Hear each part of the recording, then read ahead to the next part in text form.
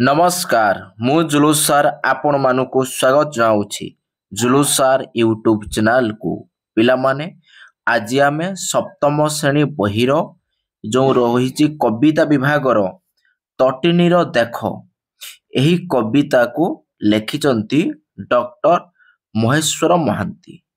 आज आम यही तटिनीर देख कवितार जेते सब प्रश्नावली रही आज आम सब गोटे गोटे आलोचना करिबा।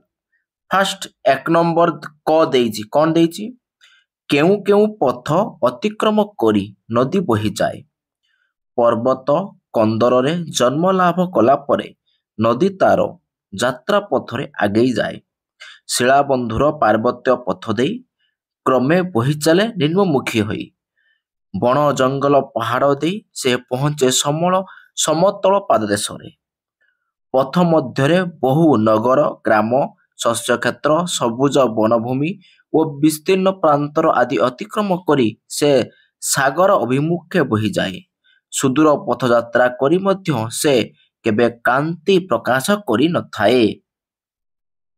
तापर देखिबा ख खर देला नदी शेषरे काहाकू भेटे नदी सुदूर गिरिपथ गहन कानन नगर ग्राम आदि केतेक अंका बंका पथ अतिक्रम करी निम्नमुखी होई बही चले शेषरे समुद्र सह मिशिला परे तार यात्रा परिसमाप्ति घटे।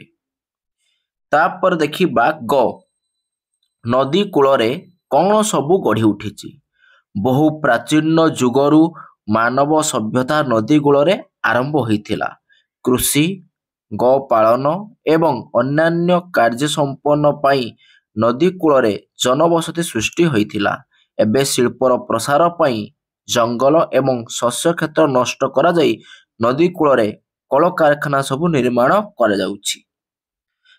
तापर देखिबा घ मददी को नदी कौन कहिला मद नदी महानदी को निज मनर सबु दुख तक कहिथिला तार तीर देशरे थिबा वनभूमिर सबुजिमा आजी मानव द्वारा ध्वंस पाइछि प्राकृतिक सभा संपद को विनिष्ट करी नदीर जल प्रदूषण करने अविवेकी मानव पश्चाताप हेउनाही कल कारखाना मानंगु निगृत वर्ज्यवस्तु और जावतीय अलिया आवर्जना नदी गर्भ क्रमशः पति होई पड़िलानी एवं यार अमृत तुल्य सुशीतल विशुद्ध जलराशि क्रमशः विषाक्त हेबारे लागिछि फलतः नदी तार प्राकृतिक भूषण हराई सिहीना होई पड़िछि बोली कवि सागर सम्मुखरे निज क्षोभ प्रकाश करिछि।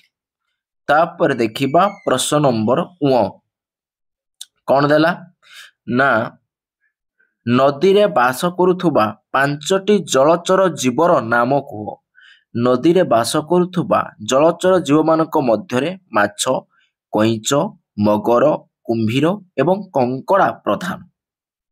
तापर देखिबा 2 नंबर क कौन कहिछि तटिनी काहींकि दुख अनुभव करिछि तटिनी निजर प्राकृतिक शोभा हराई एवं तार अमृत तुल्य जलराशि क्रमे विषाक्त होई पड़िथिबा लक्ष्य करी दुख अनुभव करिछि मनीष अविवेकी भावे नदी तीरस्थ वनभूमि ध्वंस करी जनबसंती व कल कारखाना मान निर्माण करि चलिछि जावतीय अलिया आवर्जना नदी गर्भ पूर्ण करने सह कल कारखाना वर्ज्यवस्तु को नदी रे छाड़ी तार जल प्रदूषण रे मुख्य भूमिका ग्रहण करिछि मानवर एतादृश कार्य क्षोभ प्रकाश करी निजर मन दुख सागर सम्मुखरे बखाणी नदी रे।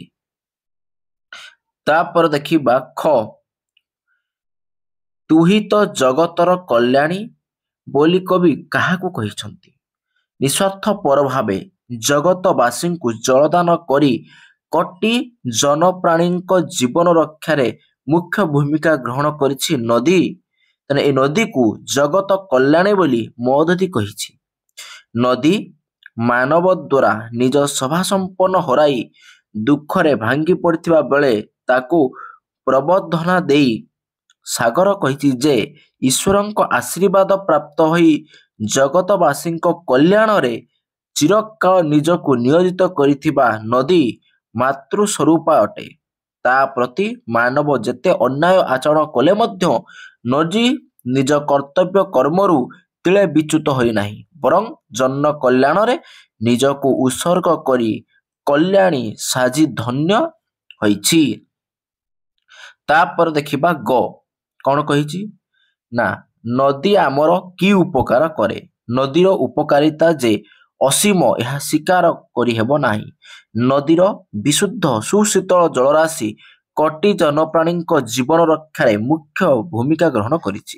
ଲକ୍ଷ ଲକ୍ଷ ଜଳଜୀବଙ୍କୁ ନିଜ ବକ୍ଷରେ ସ୍ଥାନ ଦେଇଛି ନଦୀ। ଉପକୂଳ ଭୂମିକୁ ଉର୍ବର କରି ଓ ଶସ୍ୟ ଉତ୍ପାଦନ ପାଇଁ ଜଳ ଯୋଗାଇ ଦେଇ ଧରଣୀକୁ ଶସ୍ୟ ଶ୍ୟାମଳା କରିଛି। ଏତତ୍ ଭିନ୍ନ ଗମନାଗମନ ପାଇଁ ଜଳ ସମ୍ପନ୍ନ ଯୋଗାଇ ଦେଇ ଆମର ଅଶେଷ କଲ୍ୟାଣ ସାଧନ କରିଛି ନଦୀ। ତାପରେ ଦେଖିବା ଘ କଣ କହିଛି ଘ ନା ନଦୀ ତୀରରେ କଳକାରଖାନା ଗଢ଼ି ଉଠିବା ଫଳରେ ଆମର କି କି ଅସୁବିଧା ହେଉଅଛି? ନଦୀ କୂଳରେ କଳକାରଖାନା ଗଢ଼ି ଉଠିବା ଫଳରେ ନଦୀ ଜଳ ପ୍ରଦୂଷିତ ହେବାରେ ଲାଗିଛି। ଅବିବେକୀ ମଣିଷ କଳକାରଖାନାରୁ ନିର୍ଗତ ବିଷାକ୍ତ ପଦାର୍ଥକୁ ଅବାଧ୍ୟରେ ନଦୀ ଗର୍ଭକୁ ଛାଡ଼ିଦେବା ଫଳରେ ନଦୀ ଜଳ କ୍ରମଶଃ ବିଷାକ୍ତ ହୋଇପଡ଼ୁଛି। ଫଳରେ ନଦୀରେ ବାସ କରୁଥିବା ଜଳଜୀବ କ୍ରମେ ଧ୍ୱଂସ ପାଇବାକୁ ଲାଗିଲେଣି। ଅଳିଆ ଆବର୍ଜନାମାନ ନଦୀ ଗର୍ଭକୁ ପକାଇବା ଦ୍ୱାରା ନଦୀ ଶଯ୍ୟା କ୍ରମଶଃ ପୋତି ହୋଇ ପଡ଼ୁଛି। ଜଳସ୍ରୋତ ବାଧାପ୍ରାପ୍ତ ହୋଇ ବନ୍ୟା ସମୟରେ ନଦୀ କୂଳଲଙ୍ଘନ କରି ବହୁ ଧନ ଜୀବନ ନଷ୍ଟର କାରଣ ହେଉଛି। ଏହାଛଡ଼ା ନଦୀ ତୀରସ୍ଥ ପ୍ରାକୃତିକ ସୌନ୍ଦର୍ଯ୍ୟ କ୍ରମେ ବିଲୋପ ହୋଇ ପରିବେଶ ଅସ୍ୱାସ୍ଥ୍ୟକର ହୋଇପଡ଼ିଛି। ତାପରେ ଦେଖିବା କଣ ନଦୀକୁ ମାତୃରୂପା ବୋଲି କାହିଁକି କୁହାଯାଇଛି? ମା ଚିର ସହନଶୀଳତା ବୋଲି କଥିତ ଅଛି। ଶିଶୁ ଜନ୍ମ ନେଲା ପରେ ମା ନିଜର କ୍ଷୀର ଦାନ କରି ତାର ଜୀବନ ରକ୍ଷା କରିଥାଏ। ଛୋଟରୁ ଯତ୍ନର ସହିତ ଲାଳନ ପାଳନ କରି ତାର ସବୁ ଅଳି ଅର୍ଦ୍ଦଳି ସହ୍ୟ କରିଥାଏ। ଏପରି ସନ୍ତାନ ବଡ଼ ହେଲା ପରେ ମଧ୍ୟ ତାର ରୁକ୍ଷ କର୍କଶ ବ୍ୟବହାର ବା ଅମାନବୀୟ କାର୍ଯ୍ୟକୁ ସେ କ୍ଷମା କରିଥାଏ। ଠିକ୍ ସେହିପରି ମା ପରି ଆମକୁ ଚିରକାଳ ଜଳଦାନରେ ବ୍ୟସ୍ତ ନଦୀ ଆମ ପାଇଁ ମାତୃସ୍ୱରୂପା। ନଦୀ ପାର୍ଶ୍ୱସ୍ଥ ପ୍ରାକୃତିକ ପରିବେଶ ଧ୍ୱଂସ କରି ନଦୀ ଗର୍ଭରେ ଆବର୍ଜନା ଫିଙ୍ଗି ଏବଂ ନଦୀ ଜଳକୁ ପ୍ରଦୂଷଣ କରିଚାଲିଥିଲେ ମଧ୍ୟ ସନ୍ତାନ ଉପରେ ଅଭିମାନ କରି ନଦୀ ତାର କର୍ମପଥରୁ ବିଚ୍ୟୁତ ନ ହୋଇ ଆମକୁ ଜଳ ଯୋଗାଇ କ୍ଷମାମୟୀ ମାତୃରୂପା ହୋଇ ରହିଛି। ତାପରେ ଦେଖିବା 3 ନମ୍ବର ହଉଛି ସରଳ ଭାଷାରେ ବୁଝାଇ ଲେଖ। ସୁଦୂର ପଥ ଭୂମି ତିଳେ କାତର। ଉର୍ଦ୍ଧାଂଶଟି ଡକ୍ଟର ମହେଶ୍ୱର ମହାନ୍ତିଙ୍କ ରଚିତ ତଟିନୀର ଦେଖ କବିତାରୁ ଉଦ୍ଧୃତ। ଏଠାରେ କବି ନଦୀର କଲ୍ୟାଣକାରୀ ଓ ମମତାମୟୀ ଗୁଣର ପରିଚୟ ପ୍ରଦାନ କରିଛନ୍ତି। ପାହାଡ଼ ପର୍ବତରୁ ବାହାରି ନଦୀ ନିମ୍ନ ଭୂମିକୁ ବାହାରି ଆସେ। ପଡ଼ିଆ, ଢାଲ ଢିପ, ରାସ୍ତା, କେତେ ଉପତ୍ୟକା, ମାଳଭୂମି, ଜଙ୍ଗଲର ଅଙ୍କାବଙ୍କା ଓ ବନ୍ଧୁର ରାସ୍ତା ଦେଇ ତାକୁ ଗତି କରିବାକୁ ପଡ଼େ। କେତେ ଗ୍ରାମ, ସହର, ଶସ୍ୟକ୍ଷେତ୍ର, ସବୁଜ ପ୍ରାନ୍ତର ଅତିକ୍ରମ କରି ସେ ବୋହି ଚାଲିଯାଏ। ମନରେ ତାର ଅଫୁରନ୍ତ ଆନନ୍ଦ ଛଳ ଛଳ କଳ କଳ ନାଦ କରି ତୀରବାସୀଙ୍କୁ ଜଳ ଦାନ କରେ। ଶସ୍ୟକ୍ଷେତ୍ର ତା ପାଇଁ ଶ୍ୟାମଳୀଳା ହୁଏ। କଳକାରଖାନା ସବୁ ନଦୀର ଜଳ ଉପରେ ନିର୍ଭର କରିଥାଏ।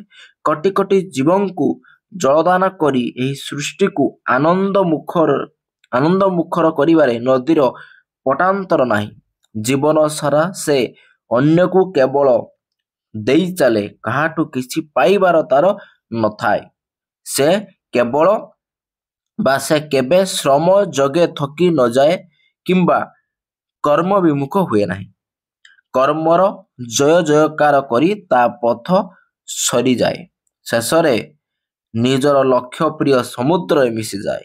ନଦୀର କର୍ମମୁଖର ଜୀବନ ଏବଂ ବିଶ୍ରାମ ବିହୀନ ଯାତ୍ରା ଆମ ଜୀବନର ପ୍ରେରଣା ଓ ଆଦର୍ଶ କହିଲେ ଆମ ଜୀବନ ଧନ୍ୟ ହେବ। ତାପରେ ଦେଖିବା ଖ ଲଭି ଈଶ୍ୱର କୃପା ଜଗତରେ ଧନ୍ୟ ଗ। ଉଦ୍ଧୃତାଂଶଟି ଡକ୍ଟର ମହେଶ୍ୱର ମହାନ୍ତିଙ୍କ ରଚିତ ତଟିନୀର ଦେଖ କବିତାର ଉଦ୍ଧୃତ। ଏଠାରେ କବି ନଦୀକୁ ଜଗତର କଲ୍ୟାଣମୟୀ ମାତୃ ସ୍ୱରୂପ ଭାବେ ବର୍ଣ୍ଣନା କରିଛନ୍ତି।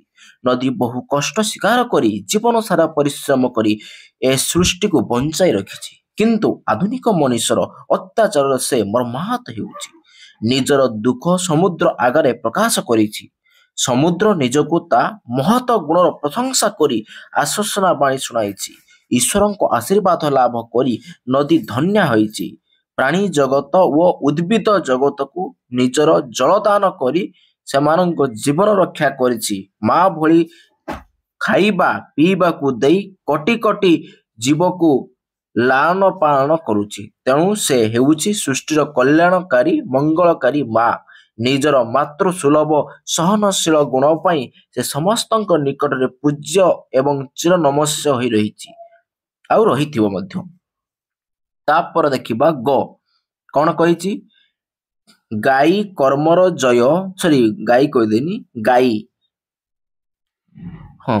ଗାଈ କର୍ମର ଜୟ ଜଗତର କଲ୍ୟାଣୀ। ଉଦ୍ଧୃତାଂଶଟି ଡକ୍ଟର ମହେଶ୍ୱର ମହାନ୍ତିଙ୍କ ରଚିତ ତଟିନୀର ଦେଖ କବିତାର ଉଦ୍ଧୃତ। ଏଠାରେ କବି ନଦୀକୁ କଲ୍ୟାଣମୟୀ ମାତୃ ସ୍ୱରୂପ ଭାବେ ବର୍ଣ୍ଣନା କରିଛନ୍ତି।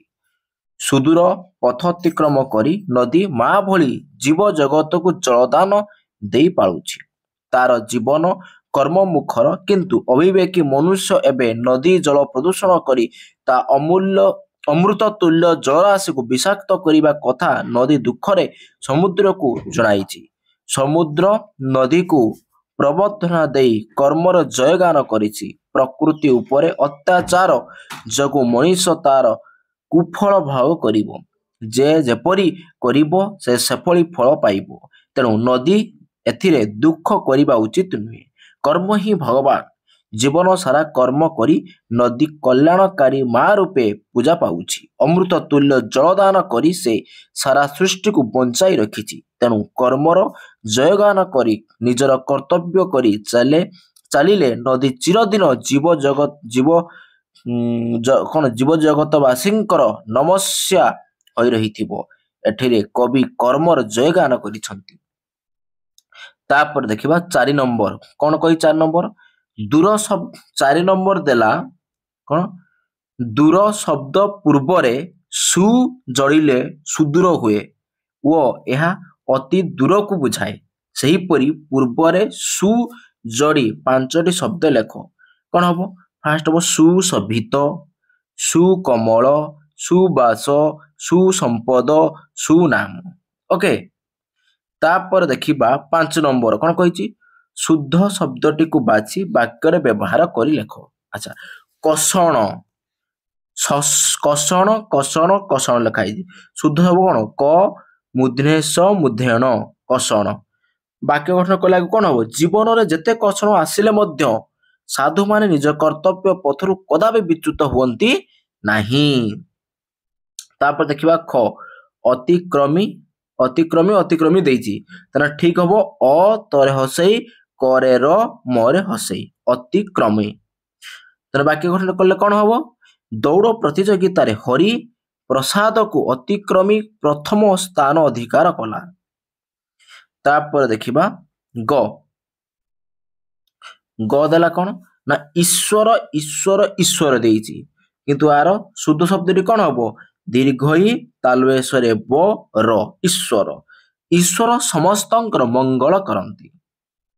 ତାପରେ ଦେଖିବା ଘ ଭୂଷଣ ଦେଇଛି। ଭରେ ଦୀର୍ଘଉ ମୂର୍ଧନ୍ୟ ଏହା ହବ ଶୁଦ୍ଧ ଭୂଷଣ। ସ୍ତ୍ରୀ ଲୋକମାନେ ସାଧାରଣତଃ ଭୂଷଣ ପ୍ରିୟ ଅଟନ୍ତି। ତାପରେ ଦେଖିବା 6 ନମ୍ବର ଦେଲା କଣ? ଦିଆଯାଇଥିବା ଶବ୍ଦ ଗୁଡ଼ିକର 2ଟି ଲେଖାଏଁ ପ୍ରତିଶବ୍ଦ ଲେଖ। ଫାଷ୍ଟ ତଟିନୀର 2ଟି ପ୍ରତିଶବ୍ଦ ନଦୀ ଆଉ ସରିତ। ମଦଧି ସାଗର ସମୁଦ୍ର। ଜଳ ବାରି ପାଣି। ବିହଗ ମାନେ କଣ? ବିହଙ୍ଗ ମାନେ ପକ୍ଷୀ, ବିହଙ୍ଗ ବିହଙ୍ଗମ। ନୟନ, ନୟନ ମାନେ ଚକ୍ଷୁ ଆଖି। ଗିରି, ଗିରି ମାନେ ପର୍ବତ ମହୀଧର। ତାପରେ ଦେଖିବା 7 ନମ୍ବର। 7 ନମ୍ବର ଦେଲା ଦିଆଯାଇଥିବା ଶବ୍ଦ ଗୁଡ଼ିକର ବିପରୀତ ଅର୍ଥବର୍ଦ୍ଧକ ଶବ୍ଦ ଲେଖ। ଦୂଷିତ କଣ ହବ? ବିଶୁଦ୍ଧ। ଜୟର ପରାଜୟ, କର୍ମର ଅକର୍ମ, ଶୂନ୍ୟର ପୂର୍ଣ୍ଣ, ଦିନର ରାତି, ଅମୃତର ବିଷ ବା କରଳ। ତାପରେ ଦେଖିବା ପ୍ରଶ୍ନ ନମ୍ବର 8 କଣ କହିଛି ନା ତଳ ଶବ୍ଦ ଗୁଡ଼ିକ କେଉଁ ପୁରୁଷ ଏବଂ କେଉଁ ବଚନ ଚିହ୍ନାଅ। ତଟିନୀ, ତଟିନୀଟା କଣ ହବ? ତୃତୀୟ ପୁରୁଷ ଏକବଚନ। ତାପରେ ସେ, ତୃତୀୟ ପୁରୁଷ ଏକବଚନ। ତାପରେ କଣ ହବ? ମାନବ, ତୃତୀୟ ପୁରୁଷ ଏକବଚନ। ତୁହି, ଦ୍ୱିତୀୟ ପୁରୁଷ ଏକବଚନ। ମୁଁ, ପ୍ରଥମ ପୁରୁଷ ଏକବଚନ। କଟିଜନ, ତୃତୀୟ ପୁରୁଷ ବହୁବଚନ। ତୁ, ଦ୍ୱିତୀୟ ପୁରୁଷ ଏକବଚନ। ତାପରେ ଦେଖିବା 9 ନମ୍ବର। 9 ନମ୍ବର କଣ ଦେଲା ନା କଳ କଳ ପରି ଆଉ କେତୋଟି ଯୁଗ୍ମ ଶବ୍ଦ ଲେଖ। କୁଳୁ କୁଳୁ, କରି କରି, କିରି କିରି, ଖୁସ୍ ଖୁସ୍, ଖସ୍ ଖସ୍, କଇଁ କଇଁ, ଖିଲି ଖିଲି, ଖର ଖର, ଚର ଚର, ଗାରୁ ଗାରୁ। ଓକେ, ତାପରେ ଦେଖିବା 10 ନମ୍ବର। 10 ନମ୍ବର ଦେଲା କଣ ନା ତଟିନୀକୁ କାହିଁକି ଜଗତର କଲ୍ୟାଣକାରୀ ବୋଲି କୁହାଯାଇଛି। ତଟିନୀକୁ କାହିଁକି ଜଗତର କଲ୍ୟାଣୀ ବୋଲି କୁହାଯାଇଛି। ଜଗତର କୋଟିଜନ ପ୍ରାଣୀଙ୍କୁ ଜଳ ଯୋଗାଇ ସମଗ୍ର ଜୀବଜଗତର ଅଶେଷ କଲ୍ୟାଣ ସାଧନ କରୁଥିବାରୁ ନଦୀକୁ ଜଗତର କଲ୍ୟାଣୀ ବୋଲି କୁହାଯାଇଛି। ଗିରି କନ୍ୟା ତଟିନୀ ଲକ୍ଷ ଲକ୍ଷ ଜଳଚର ଜୀବଙ୍କୁ ନିଜ ବକ୍ଷରେ ସ୍ଥାନ ଦେଇଛି। ଏହାର ସୁଶୀତଳ ନିର୍ମଳ ଜଳରାଶି କୋଟି କୋଟି ପ୍ରାଣୀଙ୍କ ଜୀବନ ରକ୍ଷା କରୁଛି। ନଦୀ ଉପକୂଳର ବୃକ୍ଷରାଜି ମଧ୍ୟ ଜଳ ଲାଭ କରି ଆମକୁ ଫଳ ପୁଷ୍ପାଦି ଯୋଗାଉଛନ୍ତି। ଈଶ୍ୱରଙ୍କ କୃପା ଲାଭ କରି ସେ ଧନ୍ୟ ହୋଇଛି ବୋଲି ସାଗର ନଦୀର ମହତ୍ତ୍ୱ କାର୍ଯ୍ୟ ପ୍ରଶଂସା କରିଛି। ସେହି ମହତ୍ତ୍ୱ ଲାଭ କରିଥିବା ହେତୁ ନଦୀ ଚିରକାଳ ମାତୃରୂପା ହୋଇ ପୂଜା ପାଉଛି। ଅମୃତ ତୁଲ୍ୟ ଜଳ ଦାନ କରି କୋଟି କୋଟି ଜୀବମାନଙ୍କର ନଦୀ ଯେଉଁ ଅଶେଷ କଲ୍ୟାଣ ସାଧନ କରିଚାଲିଛି ସେଥିପାଇଁ ତାକୁ ଜଗତର କଲ୍ୟାଣୀ ବୋଲି କୁହାଯିବାର ବାସ୍ତବିକ ଯୁକ୍ତିଯୁକ୍ତ ଅଛି। ତାପରେ ଦେଖିବା ଖ କଣ କହିଛି? ନଦୀ ଜଳକୁ ନିର୍ମଳ ରଖିବା ପାଇଁ ଆମେ କଣ କରିବା ଉଚିତ? କଲ୍ୟାଣମୟୀ ମାତୃ ସ୍ୱରୂପା ନଦୀ ଯୁଗ ଯୁଗ ଧରି ଜୀବଜଗତକୁ ଜଳଦାନ କରି ବଞ୍ଚାଇ ରଖିଛି। କେବଳ ତାହାରି ଦ୍ୱାରା ହିଁ ଏ ସୃଷ୍ଟିରେ ଜୀବନ ସ୍ରୋତ ଗଢ଼ି ଚାଲିଛି। ନଦୀ ନଥିଲେ ବିରାଟ ପୃଥିବୀ ମରୁଭୂମି ପାଲଟି ଯାଆନ୍ତା। ତେଣୁ ନଦୀ ଜଳର ସୁରକ୍ଷା ଆମର ପ୍ରଥମ କର୍ତ୍ତବ୍ୟ। କଳକାରଖାନା ବର୍ଜ୍ୟବସ୍ତୁ ବିଷାକ୍ତ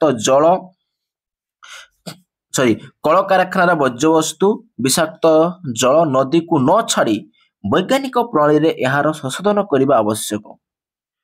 ଅଳିଆ ଆବର୍ଜନା, ପଶୁ ପକ୍ଷୀ ଏବଂ ମଣିଷର ମୃତ ଶରୀର ନଦୀ ଜଳରେ ନିକ୍ଷେପ କରିବା ଉଚିତ ନୁହେଁ। ନଦୀବନ୍ଧରେ ବୃକ୍ଷରୋପଣ ଏବଂ ଉପତ୍ୟକାରେ ଥିବା ବନଭୂମିର ସୁରକ୍ଷା କଲେ ମୃତ୍ତିକା ସଂରକ୍ଷଣ ହୋଇପାରିବ ଏବଂ ଏହା ଧୋଇଯାଇ ପାଣିରେ ମିଶିବ ନାହିଁ କିମ୍ବା ନଦୀର ଶଯ୍ୟାରେ ପୋତି ହେବ ନାହିଁ। ଜନସଚେତନତା ସୃଷ୍ଟି କରି ନିଜ ଅଞ୍ଚଳରେ ନଦୀ ଜଳ ବଢୁଥିବା ବିଷାକ୍ତ ଦଳ ଏବଂ ଗୁଳ୍ମ ଜାତୀୟ ବୃକ୍ଷ ଲତା ଗୁଡ଼ିକୁ ବାହାର କରିଦେଇବା ଉଚିତ। ସହର ଓ ବଜାର, ଗାଁ ଗଣ୍ଡା ଥିବା ନାଳ ନର୍ଦ୍ଦମା ଜଳ ନଦୀକୁ ଛାଡ଼ିବା ଅନୁଚିତ। ସୁତରାଂ ନଦୀ ଜଳକୁ ନିର୍ମଳ ଓ ପ୍ରଦୂଷଣ ମୁକ୍ତ କରିବାରେ ଜନସାଧାରଣଙ୍କ ମୁଖ୍ୟ ଭୂମିକା ରହିଛି। ଇଏ ଥିଲା ପିଲାମାନେ ଆମର କଣ ତଟିନୀର ଦେଖର ପୁରା ପ୍ରଶ୍ନାବଳୀ। ଓକେ, ତେଣୁ ଫଟାଫଟ ଭିଡ଼ିଓକୁ ଲାଇକ୍ କରି ପକାଅ, ସାଙ୍ଗସାଥି ମାନଙ୍କୁ ସେୟାର କରି ପକାଅ ଏବଂ ଚ୍ୟାନେଲକୁ ଯେଉଁମାନେ ଆସିଥିବ ସବସ୍କ୍ରାଇବ କରି ପାଖରେ ଥିବା ଘଣ୍ଟି ବେଳକୁ ଦବାଇ ଦେବ, ଯାହାଫଳରେ ଆମର ଏହିଭଳି ଭିଡ଼ିଓ ଆପଲୋଡ଼ କରିବା କ୍ଷଣି ସର୍ବପ୍ରଥମେ ଆପଣଙ୍କ ପାଖରେ ସୂଚନା ପହଞ୍ଚି ପାରିବ। ତାହେଲେ ଆଜି ଆମେ ରଖିବା ଏଇଠି। Bye bye.